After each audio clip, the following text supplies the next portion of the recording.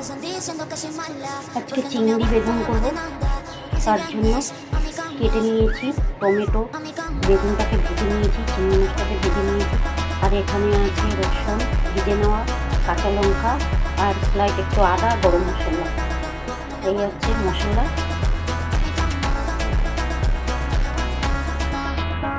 আজকে বেগুন চিংড়ি করে আপনাদের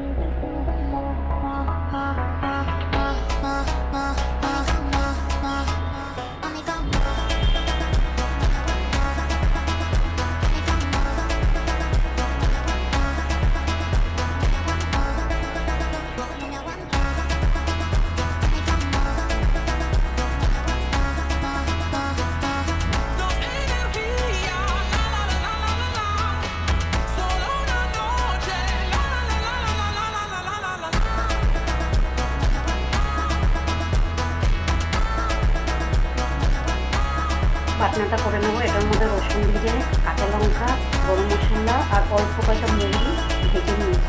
এটাকে এখন বাটনা